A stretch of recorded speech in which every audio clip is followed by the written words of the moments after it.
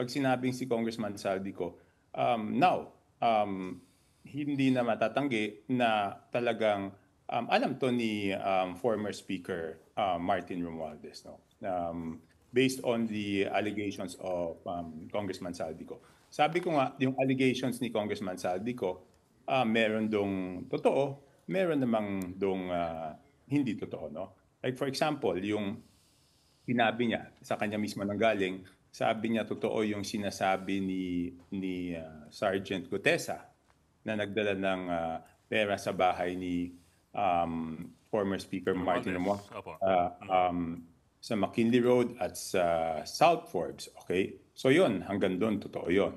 No, yung sinasabi naman ng Malacanang, in Gutesa's statement, he said, Aguado, Malacanang. Aguado, Malacanang, doon sa hindi nakakaalam, ayan yung bahay ni Martin Romualdez sa harap na harap mismo ng Group 4, no? Kaya yata tinawag na Aguado yun. Aguado Street yata yung isang kalsada doon no?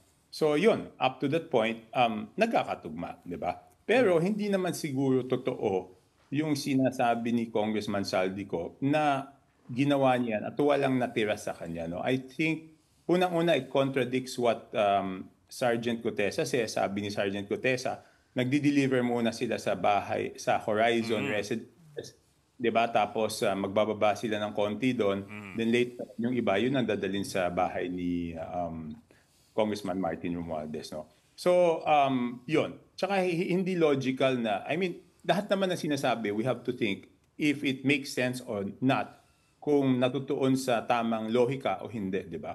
Hindi naman logical na ikaw ay inutusan, for example, ni Congressman Martin Romualdez na gawin yan at hindi ka papartihan, di ba? Parang, ano yun, inaya kang mang-hold up ng bangko tapos sasabihin sa'yo, wala kang party dito, bait ka naman papayag, di ba? Ito, ang hinold up nyo, yung gobyerno Bakit naman ganun kalakas ang loob nyo at bakit ka naman makikiparticipate sa isang bagay na alam mong mali kung hindi ka naman papartihan, no? So yung statements ni Saldico, may totoo doon, meron ding hindi totoo doon.